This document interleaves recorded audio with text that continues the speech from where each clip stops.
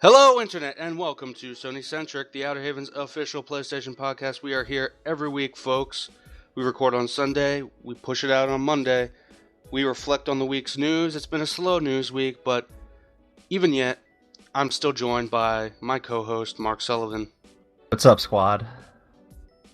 And this week, we've got the lovely Delaila Lugo, aka Assassina-san. Say hello to the folks.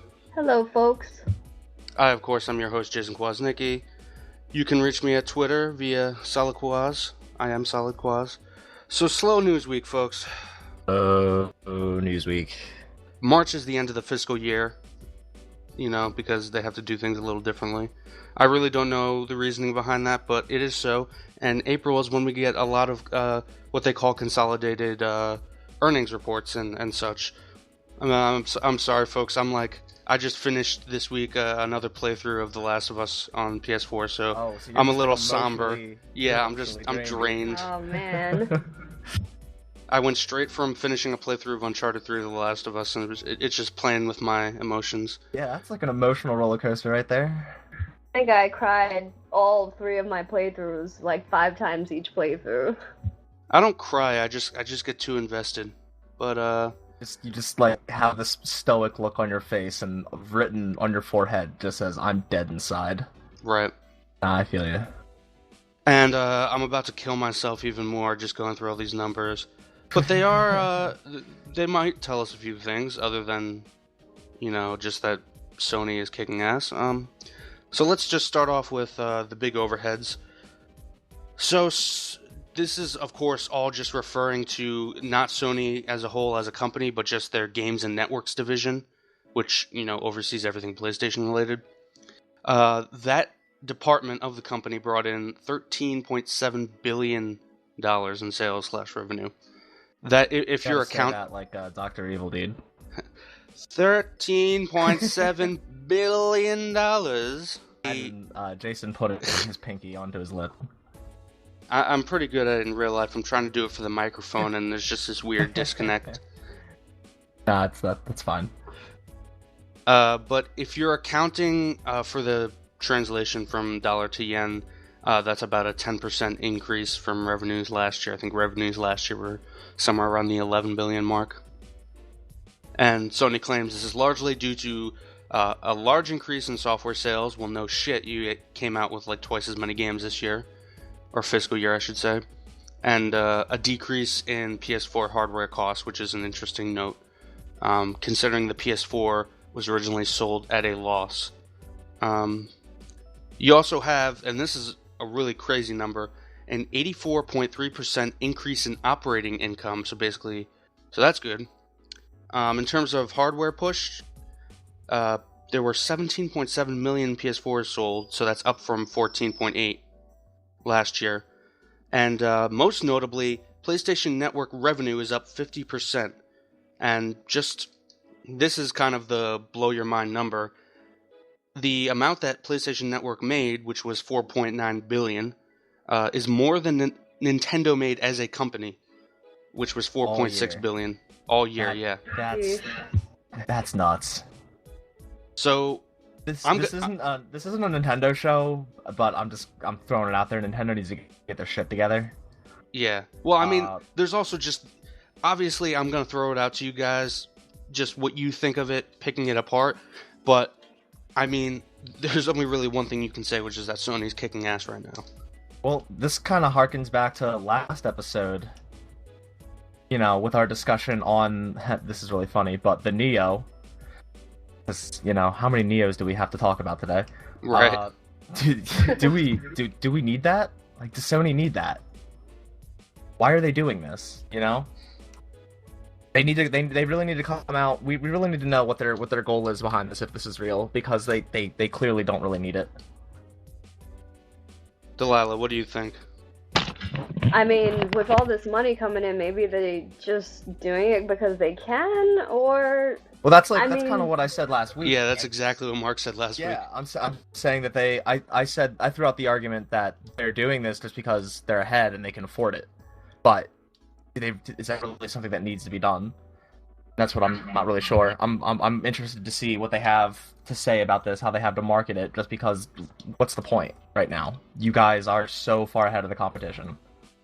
Yeah, and I just think it's pushing it. Like, I don't think anyone really wants that. Another thing I find surprising, though, kind of moving away from the Nioh and the hardware, PSN is like just that number I gave you, 4.9 billion just from PSN transactions. It's not quite up with the amount of money that hardware and physical software is bringing in, but it's getting there, just digital. So what do you guys think about that? I'm not really surprised.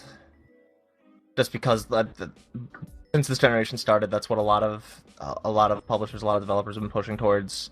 Sony and Microsoft have been pushing towards. I'm not necessarily surprised by it, but it is impressive.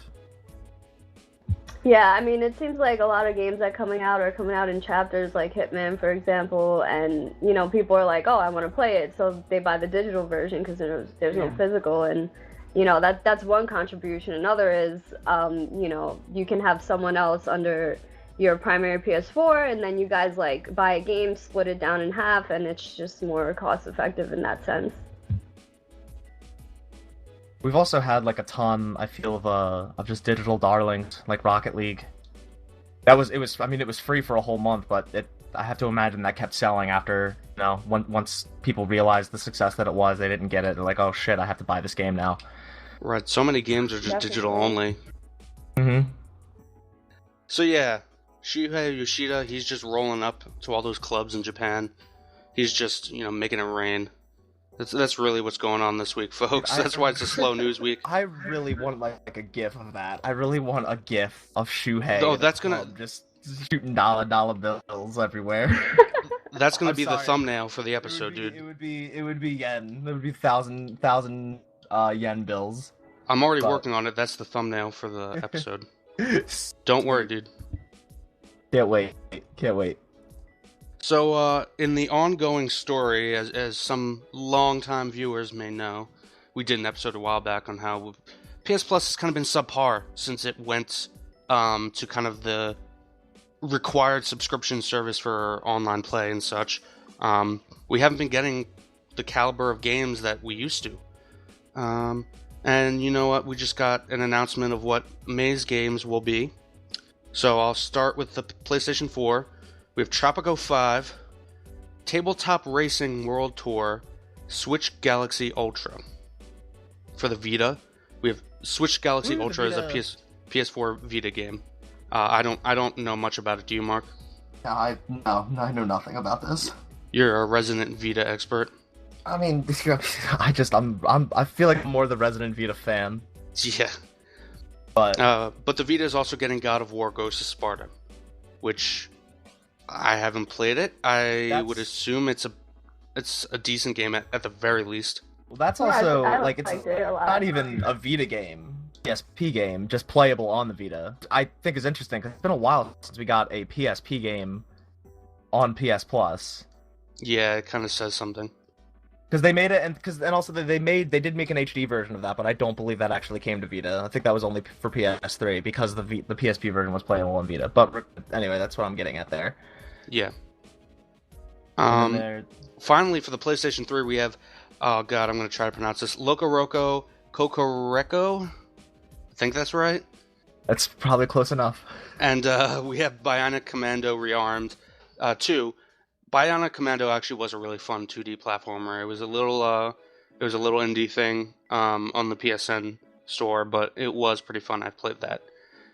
But I mean, overall, like, the names that stand out, God of War, like you said, is a PSP game, and Tropico 5 is a big series, but like, yeah, and I normally associate that with PC. I didn't even realize it was ported to the PlayStation 4.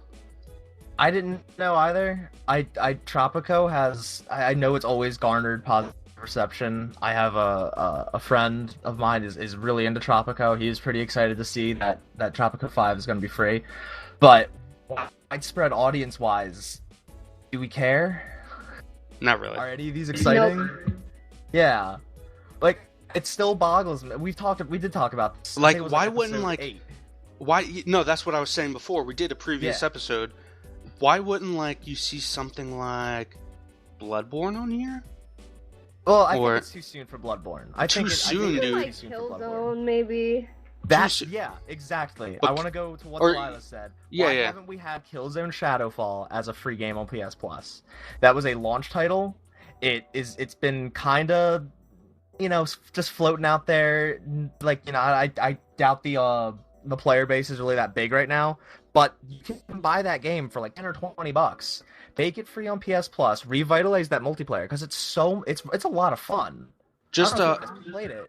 Just as a quick aside, has always been fun. Go ahead. Just as a quick aside, I agree with you what you're saying about Killzone. But just a quick aside, you think a year? Like, actually, it's been over a year since Bloodborne. You think that's too soon? I would have to say I have to imagine that because it did very well. Yeah, and it's still probably doing really well. Definitely. It's one of, if not the best Station 4 exclusive right now. So I don't really see them just handing that out for free a year after it came out. Well, I mean, when I say it did very well, it sold very well. Oh, I know. I know what you're saying, but that, like I said, that is one of the PS4's exclusives they have right now, if not the best exclusive it has right now. I don't see them wanting to just give that out for free anytime soon, or for free asterisk after paying a subscription. But I don't know that they just want to hand that out quite yet. I'm not opposed to it. Don't get me wrong. I mean, I still have my copy, but I can see why they wouldn't. Yeah, that's what I'm saying. Like, that's a fantastic game, and I just don't see them, putting it out there for free anytime soon. But a game that came out at launch, like Killzone, that was kind of received, probably sold decently well because it was a launch title and one of the only games you could get at the time. Why not just make it free? I agree. I completely agree. Why are we still getting, and like even more so that boggles my mind is why aren't we getting any AAA titles on PS3 anymore? Yeah. Like the PS3 is, I mean, it's pretty much dead support-wise, I guess, with software, save for like Persona 5, but as far as games only going to that generation, nothing's happening. So why don't we just start getting some of that software? The funny thing is that, I sometimes forget, mainly because I was with the PS3 from the beginning, and I remember back when, in the early years, the Xbox 360 had like total support. It had a huge library, within the first year or two, whereas the PS3 had a very scarce library very early on. But I walked into a GameStop a few days ago. I was just killing some time before a movie. GameStop's right across the street. And I was looking at the PS3 section. It has an absolute vast library. Exactly. And a lot of AAA games. Like, I was looking on the shelf, and you have all these collections. You have the Metal Gear collection. You have the Sly collection. The Jack collection. You have all these Ratchet and Clank. You got, like, so much. I'm surprised there's not a Ratchet and Clank game on there for the PS3 to coincide with the movie and the new game. Oh, that would have been really smart. You know what I'm saying? So it's mind-boggling. I mean, again, like we talked about on that episode, specifically about this topic, it's probably because now that, everybody's subscribing to PS Plus because they kind of have to, and they don't really need to do it. I don't know. I don't know. Because now you see... I know the Xbox One just released Sunset Overdrive, which was a really amazing game. And it wasn't one of their first titles either. And, I guess maybe the equivalent to that would be Infamous Second Son, I think, came out. Yeah. Yes. Right? And I do want to point out we did get First Light 1 month, I want to say like a year and a half ago. Yeah, we got First Light, but what about Second Son? Why not give us that? Right. And I also want to go back to, not only did they get Sunset Overdrive, but that was a spectacular month for games with gold. Because they got Sunset Overdrive, they got The Wolf Among Us, they got Dead Space, Saints Row... Was it Saints Row the Third or Saints Row 4?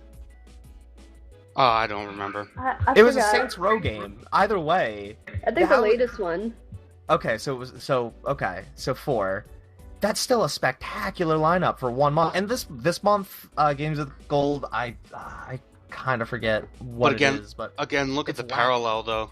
The parallel to where the Xbox One is now to where the PS3 was back in those days. Yeah. And I mean, I think that's one of the reasons Xbox, you know, they may not totally catch up. I think because the lead now that the PS4 has is it's a larger gap globally than it was for Xbox 360 and PS3. But I think that Xbox One might be able to stay relevant and keep some numbers up with services and efforts like this. For sure. All right. Well, we've bitched and moaned enough about that, I think. Now, Delaila... I'm back next month. Yeah, exactly. Exactly. 4 weeks on episode, what will it be, 21. Yeah. But Delaila here has been playing a demo for Nioh. This is a PS4 exclusive. I'm going to call it a Souls-lite because, you know, people love that term roguelite. And I'm just going to coin a new term, Souls-lite, because it pretty obviously is trying to be a Souls game. It's from Koei Tecmo. It's supposed to be coming out sometime this year, TBA 2016. Delaila, how did you like it? You're a big Souls fan. How did it compare? Yeah, so full disclosure, when the demo came out, I was up to the Nameless King in Dark Souls 3, and that is probably one of the hardest bosses there. So when I first played Nioh, I was just I wanted to get it over with. I hated it at first because like I got one-shotted, you know, there wasn't much of a tutorial. Not that Dark Souls has that, but Dark Souls at least offers like write a message on the floor and you can read the messages and, you know, some of the players help you out. I want to get into that in a little bit, but go ahead. For sure. So I really just wanted to get it over with. Now I went back to it after beating Dark Souls, and the game absolutely 100% grew on me. It still has a lot of issues, and really compared to Dark Souls 3, it's still like shit, but it has major potential if they implement some changes to be one of the strongest and the first strong Souls-like game.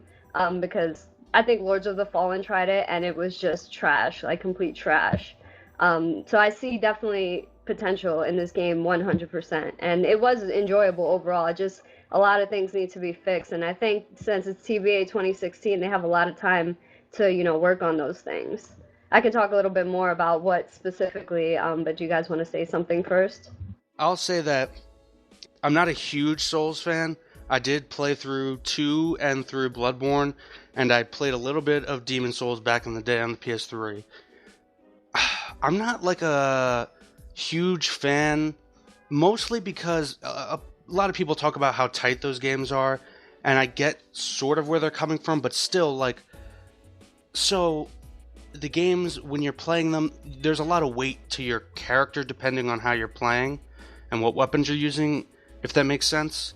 Like, yes. when you attack, there's a little bit of a delay and so forth depending on what weapon you're using, and you have to get used to that delay. You have to get used to where hitboxes are and such. There's a lot of weight, and it doesn't feel as one-to-one as, say, Ratchet and Clank, where I hit X and I instantly jump. How does Nioh feel? Is it as weighty? Is there a bit more speed, or... I don't want to say precision, because Souls has precision too, but in a different way. Yeah, it's definitely a lot faster. The pacing is a lot like Ninja Gaiden 3, I think. But there is a weight issue. Like, you do have to manage your inventory so that you're not too heavy. And you can level up a statistic to make, you know, you able to carry more weight, just like in Dark Souls. But I think overall, like, without worrying about that, it's definitely faster, less weighty. You know, you dodge around, you can run really fast. It actually looks really cool when he runs. So I don't think that's much of an issue in this game. In terms of combat, you know, I don't think it's as tight as Dark Souls. It's a little more hack and slash-ish, but not quite. So I think if you're into that, you might like Nioh a little more in terms of combat. Could you real quick explain the whole stance system? I feel like that's the big is that the big hook with Nioh? Like you Yeah, can change I your guess stances. one of the differences, you can love it or hate it. I'm like meh with it. So there's a medium, a low, and a high stance. I prefer the high stance. It's a little stronger. The lower stance would be a lot faster, but take away less health. And it just so there's three classes. They're all melee classes, close combat melee. A spear, an axe, and a katana. So the axe is obviously heavy. You take away a lot more energy, but you lose stamina a lot faster. The spear is more long range, and the katana is faster with a lot more defense. I prefer the spear, but it's definitely like you definitely are going to change between each weapon because the durability on the weapons is shit. But yeah, so the stances is just literally giving more uniqueness to your play style. Like some people prefer to be fast and take away less health and be a little more agile, and others prefer to take away more hits, take away more health in a hit, and that's me. Except I won't go as far as doing an axe with a high stance, which is like a lot of health, but I lose my stamina in like a hit and a half. Yeah. In terms of the stances, there's not really much to it, to be honest with you. It's just he holds it differently. He looks a lot cooler in like a mid stance because he has the sword like on the side as opposed to holding it up. Like it's a little awkward the way he holds it up, but it's just about your play style. That's all it caters to.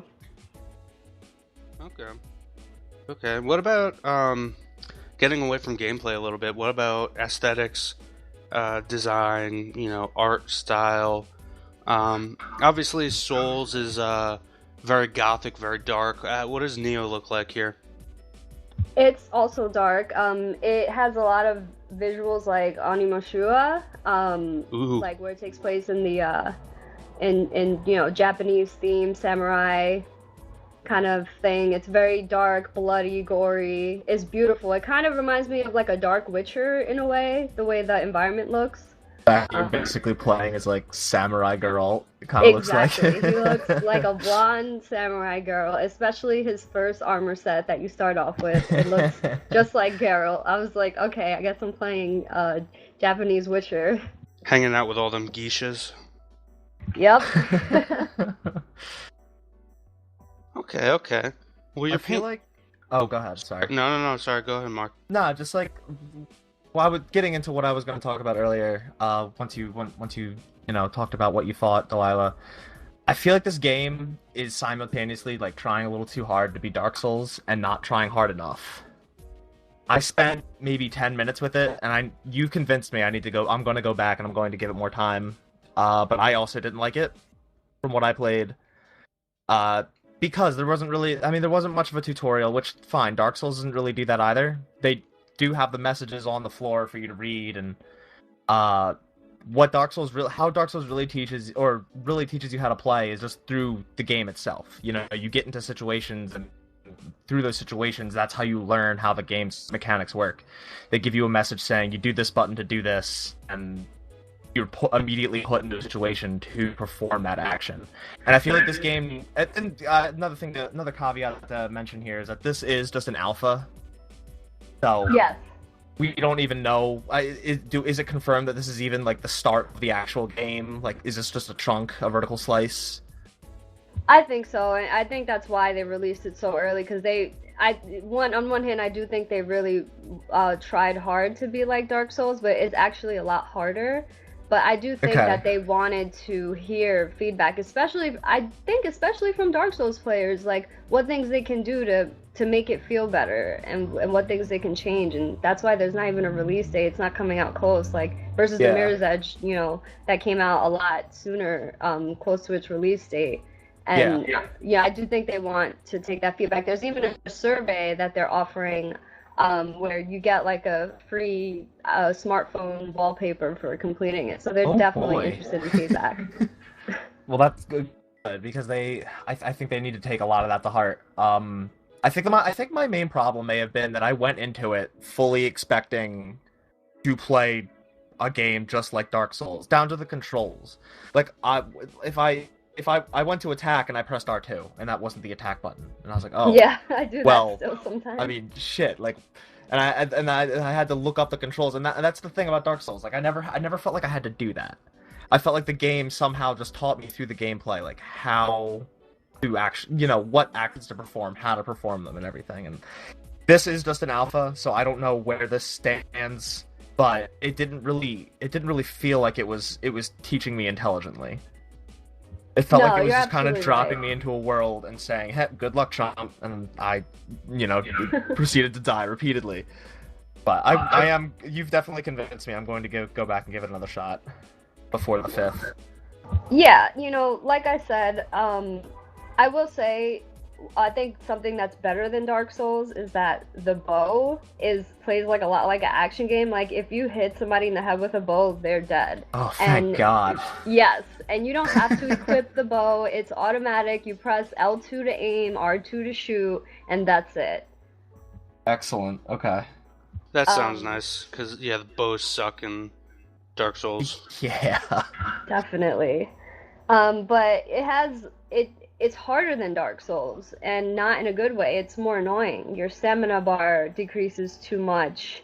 The obstructions, your health, the enemies literally in the beginning, they can one-shot you. You finally get good armor, 2 shots, if you're not blocking or dodging correctly. They don't give you enough wiggle room to really get to know the enemy that you're fighting, knock off some stamina, let you back up, rethink your tactics, and go back into it. And Dark Souls gives you that wiggle room. That's part of what I'm getting at. Like, Dark Souls, it teaches you through its gameplay, and it's always been considered like, a very, very hard, difficult series since Demon Souls. Like, Demon Souls, in my opinion, was the hardest probably, but those games have always been touted as difficult, but they've also always been touted as completely fair. When you die, you feel like that death was warranted. Yep. And this game, it wants to be so much like Dark Souls, it needs to capture that feeling of action and consequence and the fairness of that idea, Definitely. Dark Souls with samurai, count me the fuck in. See, that's my thing, is that I'm actually starting to get tired of the whole dark gothic demon. So, like, not that it's necessarily bad, it's just that every game that tries to imitate Dark Souls or Bloodborne is using that same exact art style, and it's kind of pissing me off. Like, I want to see what a game like this would be like if it had, like, a Ratchet and Clank art style. You know what I'm saying? Like, just present the world in a different style. Cartoony kind of deal. But, like, Pixar cartoony, but, like, extremely violent. You know what I'm saying? Yeah, totally. That would be cool. I would be open to playing something like that. So, like, the Happy Tree Friends, the video game. Like Wile E. Coyote, the video game. Oh, okay. Just die over and over again. That's strictly less violent than Happy Tree Friends, but alright. No, I know what you're talking about.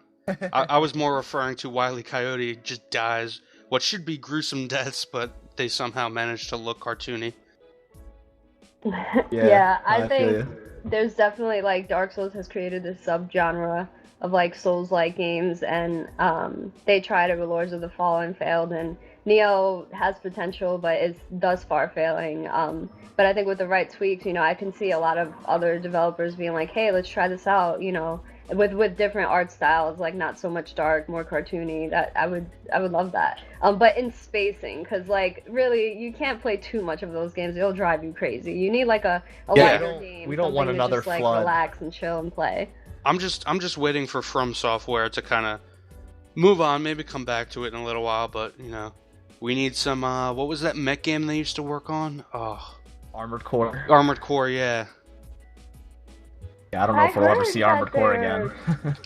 I heard they're trying to make a new IP.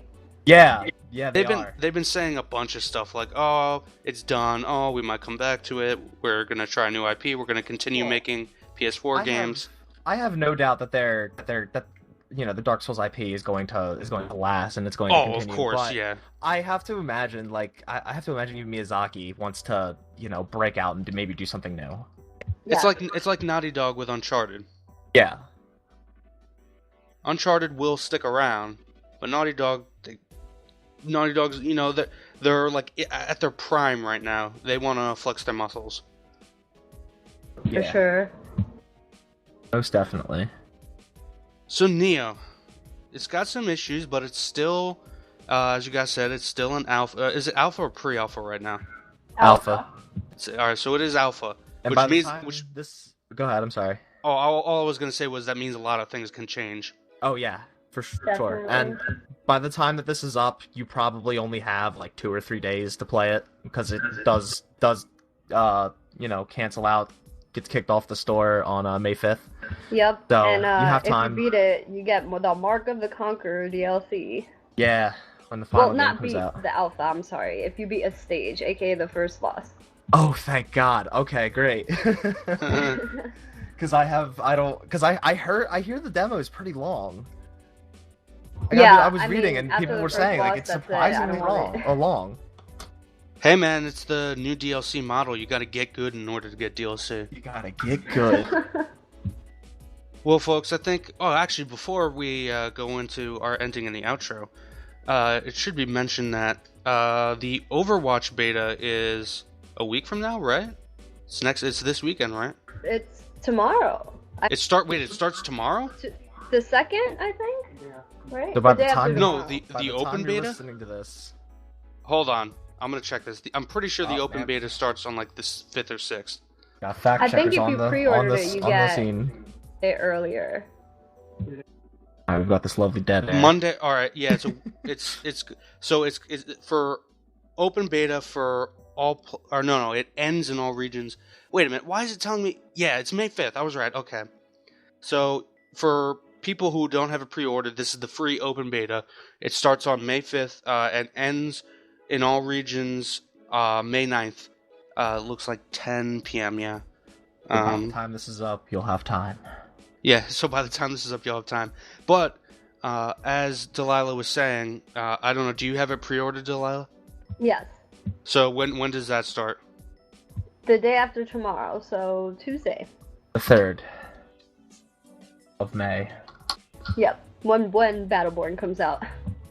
Cool. Oh boy. I'm actually really excited for this. This seems to me like Blizzard's version of Team Fortress 2, and I love Team Fortress 2. Yeah, which is why I'm kind of really interested because I loved TF2 and TF2 went to absolute shit years ago, and I kind of want to scratch that itch. And Delaila, this is right up your alley too, right? Definitely. So you might see some Outerhaven footage of us all playing this game if we can get our shit together and get it up there. That would be dank. We should do that. That would be dank. Like we were supposed to do with the Uncharted 4 beta. And the Doom beta, yeah. Yeah, I know. Now, if you wanted to see that footage, when and if it goes up, it will be up on www.youtube/theouterhavennet. That's where you can go to see the rest of the Outerhaven's content, to subscribe. And please, folks, like this video. I'm actually setting up a link now. You can see it down at the bottom of the video if you're watching the video, which is the only way you can watch because we don't do audio yet. But where it says, please subscribe, you can click right there, go straight to the Outerhaven's page, and subscribe. Up at the top, check out the rest of our content, and the like. This has been Jason Kwasnicki, your host. I've been joined by Mark Sullivan, my co-host, and the lovely Delaila Lugo, a.k.a. Assassina-san. You can reach her at Twitter there. You can reach me at Twitter at SolidQuas, and Mark is the Nibelheimian. Please, folks, get involved. Leave some comments. Tell us how we're doing. Tell us if you want any special topics discussed in the future, not necessarily news-related, talking about specific games or issues, what have you. Mark, you have anything to say?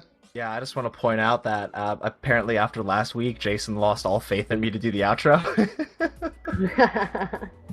Well, I mean, I've been doing it. I've been doing this outro for 17 episodes, son. Fine. Mark, I'll let you do it next time. That's alright, that's okay. I appreciate it. By the way, also, it's pretty much confirmed now. Please leave more comments on the videos. We would love to hear what you have to say, but it's pretty much confirmed now that Jason's going to start streaming. Yay! Because we got a comment last time saying, fuck you, Mark, so now you're obligated, dude. I'm not obligated, it was Delaila.